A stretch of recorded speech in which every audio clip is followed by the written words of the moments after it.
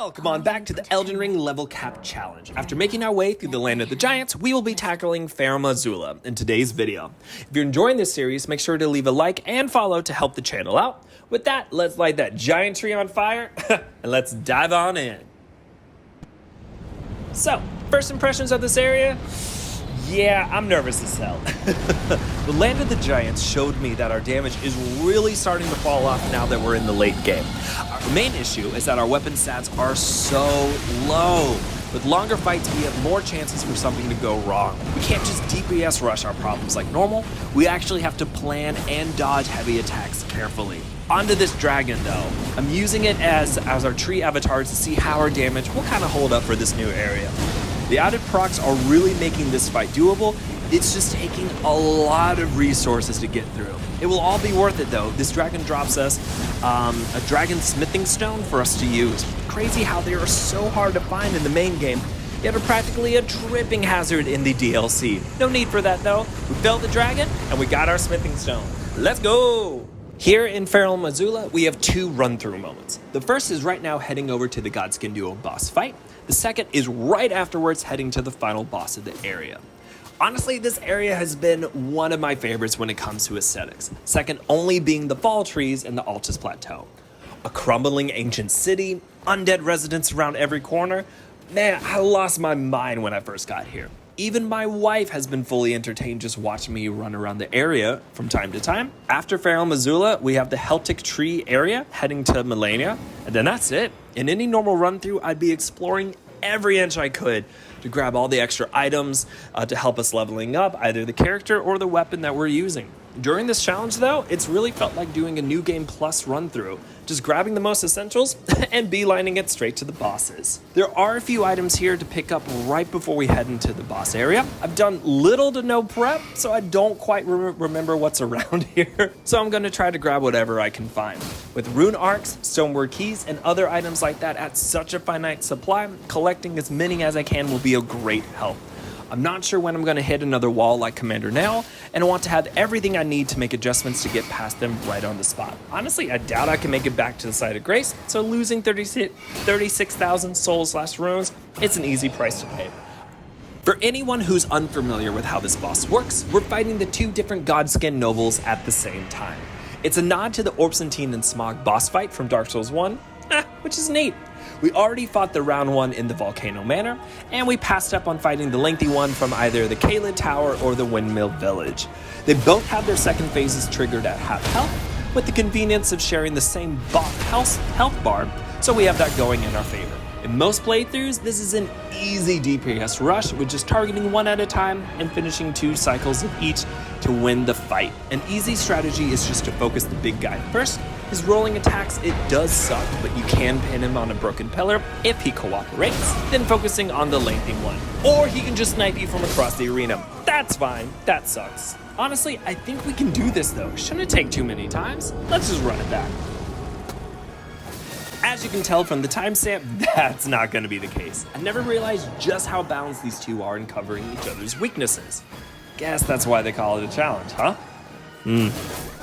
For most of these attempts, I couldn't even get the first one out in time. I thought we would breeze through with the duo Katana, Frost, and Bleed procs all stacking the fight in my favor. To my surprise, they were actually pretty bulky, with hard-hitting counterattacks to boot. The trade-offs, they never worked in my favor. There was only 1 or 2 attempts where I succeeded the first Godskin, but I had no clue the attack patterns of the other and got punished right from the start. The first one has a faster window where the lengthy one really made for some funky windows to dodge through. On his own, he would be fine. It's the added addition of studying another boss's attack patterns that amps up the difficulty. With us being in the late game now, I promised myself 10 attempts before looking into changing strategies. There's a few options I can experiment with, but wanted to give my skills a try first. Sometimes you gotta change tactics, sometimes you just gotta get good. From now, let's see if we can't change things up. Looking back at the past 12 attempts, there were a lot of missed attacks on my end that just left me open to being punished. The Naga Kiba is going to be my answer into that. It has slightly lower stats with triple the reach that I currently have. Adding bleed can also turn this into a budget Rivers of Blood. Only issue is my dexterity is 4 points below what I need. Luckily, there is a talisman that can fix that. A quick wiki search told me that our talisman is located in the swamps of Caelid through a quest line. It's a lot more talking than anything. Honestly, I could use the break, so I don't mind. So I thought I had the needle, but it's right here that I realized I didn't. I'll just let Live Me explain. Wait, I don't have it? So where's the needle? You've gotta be fucking kidding. Nope, the wiki wasn't kidding. The needle is an item dropped by the Commander O'Neill fight in the swamps of Caelid. To say I had PTSD from the Land of the Giants was an understatement. Yes, it's a weaker fight. Yes, my weapons were upgraded. Yes, I'd grown in level since then, but that fight now holds a grip on my nightmares that I just can't shake. Out of all of the Elden Ring bosses, that's one I didn't think I would hold that title. As you can see, the fight is actually going pretty well. After getting beaten 12 times in a row by the Godskin Duos, taking an easy victory is something my morale desperately needed. And with that last hit, we got the win, baby! We can claim the Golden Needle, the boss's spear, and the satisfaction of beating Commander Nail in one try and not getting the Scarlet Rot. From here, it's as simple as talking to this man, talking to Millicent to give her the needle,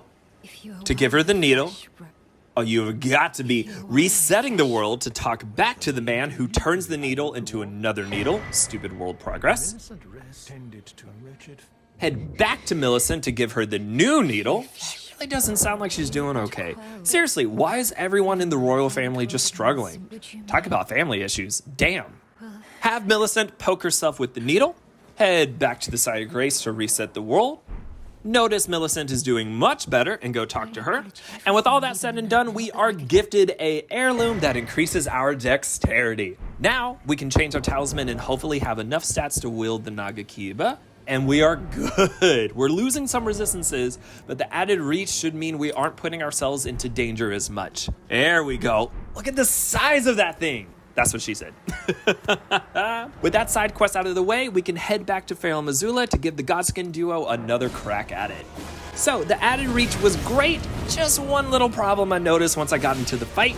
The Ash of War on the Naga Kiba is awful. The weapon is right, just gotta hunt for a better Ash of War. After looking at what was available, the Sword Dance Ash of War looked to be the best and easiest to find. Located on the left bank of the Liurnia of the lake, it's an easy grab. Just find a path leading to a cave grants us the scarab that's holding the Ash of War. Taking care of the bats is optional, but highly satisfying. Just after dogs, flying enemies, they are just the worst. With that taken care of, all we need is to attach the Ash of War. So it was just now that I realized I couldn't have the new Ash of War and the Bleed Affinity, which sucks and ruined my entire plan. The Black Wet Blade allows us to add that to any weapon, and it's still locked away deep in Nokrum. In the end, I settled to keep it standard. Sword Dance has a larger sweeping motion, which pairs great with the reach of the Naga Kiba. Besides, with it still one of the standard 3 affinities, we can attach greases to the blade. We're open to changing our element on the fly, which is nice. We may only have 1 blood grease, but we do have 4 strings in the back. Let's see if this is enough. These next 2 attempts didn't go at all as planned. The grease only got 2 good procs before running out. As it was looking, I wasn't holding on any better than what I was before. Even the Ash of War hardly did anything new. A quick stop at the side of Grace allowed me to change out the affinity back to the blood loss. The added build-up should do better than what I was trying to do. A bit of house cleaning, and we should be good to go. What I wasn't expecting was another Commander Nail moment. Attempt after attempt, I threw myself at them, and they knocked me down and humbled me to my knees. Before I felt like I had a fitting chance, I just had to get patient and find the right moments to attack and back off. I never felt that during this session. Anytime I felt I was making progress, I would instantly get wrecked. I tried changing up my strategy, switching who'd I'd go after, and how aggressive I'd be, but nothing seemed to work. With each failed attempt, I could see myself making more and more careless mistakes. There would be moments I would just stare at the side of Grace screen wondering if this was even possible. I tried everything I could think of.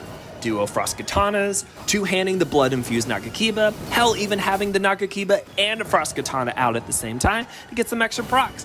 Nothing I did seemed to work. To make matters worse, I couldn't even get both of them down to start their second respawning. They just wouldn't go down. To say I was getting frustrated, well, that was an understatement. This is what I was worried about. This is why the Godskin Duo was my second most concerned boss fight for this challenge. A quick assessment made me realize the Nagakiba just wasn't working. Why did I think popping a rune arc would help after losing 12 times in a row? I don't know. Maybe I had a good feeling about this attempt. So things were going fine until the lengthy one jumped up on the pillar with me. Did you know he could do that? I didn't know he could do that. It's no surprise that attempt was a wipe shortly after, and gone goes the rune arc too. For the next 35 minutes, I kept throwing myself at this brick wall of a boss. As you can see, many attempts hardly got going before I got wiped. I was beginning to think I'd be stuck on this for another day, until something happened on the 32nd attempt. I got the big guy down, but with low health and only 4 flasks left, trying to finish this up, things weren't looking good for me. A solid Ash of War heavy attack triggered his phase 2, but now I knew to watch out for the burst that can actually do damage. With trading a hit or two, I was right. For the first time, I got both of the Godskins down. The first one left no time to celebrate though, but that worked just fine for me. After so many attempts, I felt the most confident with his attack patterns and timing. The extra 2 flasks meant I could make a mistake or two, but no more than that. One bad combo and I'd be back at the site of grace. Some careful dodging and 2 close calls got me the furthest I've ever been in the fight. I thought it was all going to be over with that spinning combo. It had been before, but somehow I made it out. If I could DPS rush him into his phase 2 animation, I might be able to finish this fight. Foolishly, I rushed in and I got the kill. The fight was over. The duo was gone. I couldn't believe it. Even watching this back in editing, I can't believe that still worked. That was the hardest fight I've been put through so far, and we aren't even done yet with this area. Woo! At the time, I was jumping around my living room trying not to wake my wife. She had already gone to bed and my stubbornness was in full swing. As proof to what happened, I had to take a photo to timestamp everything.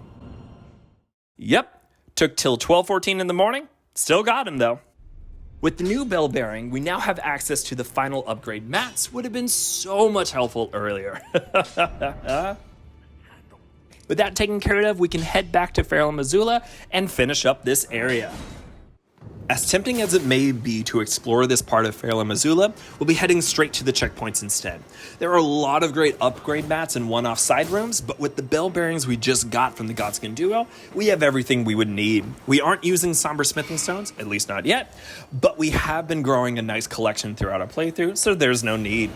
There is a lift that takes you to where the Alexander final fight is to get his talisman, but even that doesn't seem necessary. With how agile these last few bosses are, we aren't having many safe moments to use the Ash of War skill like we did in the early game. The Crucible Knight was always a great touch in my opinion at this point in the game. For anyone who attempted and struggled with the one in Limgrave, this is a great rematch to see how your skills as a player have grown. I know some people have an issue with how many repeating bosses there are in the game, but I feel like they are done tastefully. They offer the player a chance to see not only how their character, but themselves as a player have adapted to this world. Kinda neat if you ask me. From here, we have our last run through, so I'll just give you the play-by-play. We avoid an absurd amount of birds. We finish off the dragon, run a bit, take an elevator, and find ourselves at the final site of grace for this area. One last obstacle in our way, almost there. In theory, we can just run past the knight and head straight into the boss fog door, but Castle Soul and the Godskin Duo showed me how hectic having opponents can be getting to a boss. Besides, I'm still shaking off the Godskin Duo fight, so I could use a morale boost. Wouldn't it just suck if I somehow lost to this fight, reversing my confidence and starting a downward spiral? Thankfully, and luckily, that didn't happen. We got the knight's armor, which we'll never use, and now we have a clean shot into the final boss of the area, Maliketh. Part of me wanted to step away and tackle this boss tomorrow, where another part of me said, fuck it, just finish this up. The second voice won. That decision ended up in 6 failed attempts in quick succession. I really should work on being patient. What you're watching now is the final attempt of the night. I'll let you enjoy. shit, there's the bubble.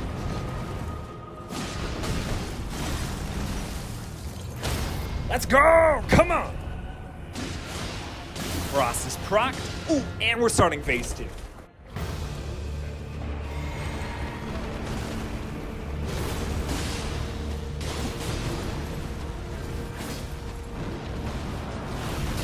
Woo!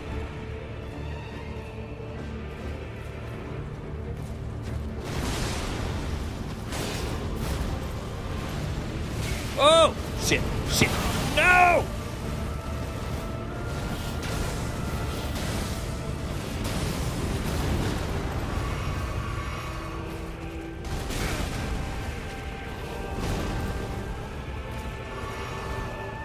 Uh-huh.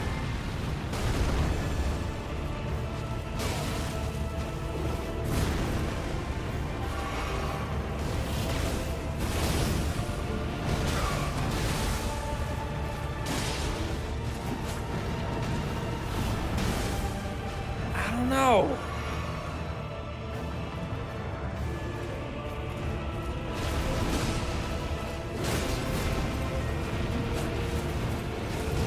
Ah.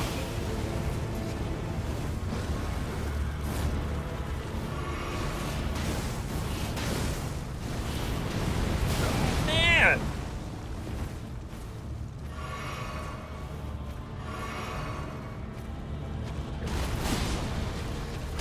Yo, that's huge.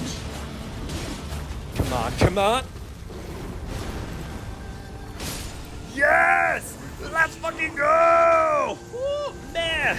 Oh my god, I thought I was gonna get stuck on this like the duo. Yes! Farum Azula, it's been fun. No, it hasn't. But we're done with you. Just get me out of here. Just get me out. And with that, we have headed back to the capital, or what's left of it. Picking up this side of grace marks the end of this chapter and a much-needed rest after everything that we just went through. So, that takes care of the Farum Azula portion of this game. And I was not expecting the duo to take that long. Really doesn't leave me with high hopes for what Malane is gonna be. Ugh. Hopefully I'm wrong and it will all be fine. But that's another topic for another day. We got other bosses blocking our way. First of which is the Round Table Hold guide Gideon, followed up with the first Elden Lord and a split personality. If all goes well, I might even add Mog just to fill in the time. Who knows? We'll just have to wait and see. My favorite part though, leveling up. Capping out our health at 60 is a no-brainer, but that does leave us with 8 extra points to invest in. Our endurance is doing great, so I think it's finally time to get some weapon stats some love. With how the katanas are placed, there are 3 slots we can look into to increasing our attack power. Playing around with which combo yields us the best results, I finalize on dexterity and intelligence to round us up to the level cap of 90. And just like that, we are finished. If you have been liking this series or are just joining us, make sure to leave a like, comment, and or follow if you haven't already. We should be finishing up the series in about another 3 to 4 videos, so it shouldn't be long now. Thanks for watching, and I'll see you in the next one. Bye!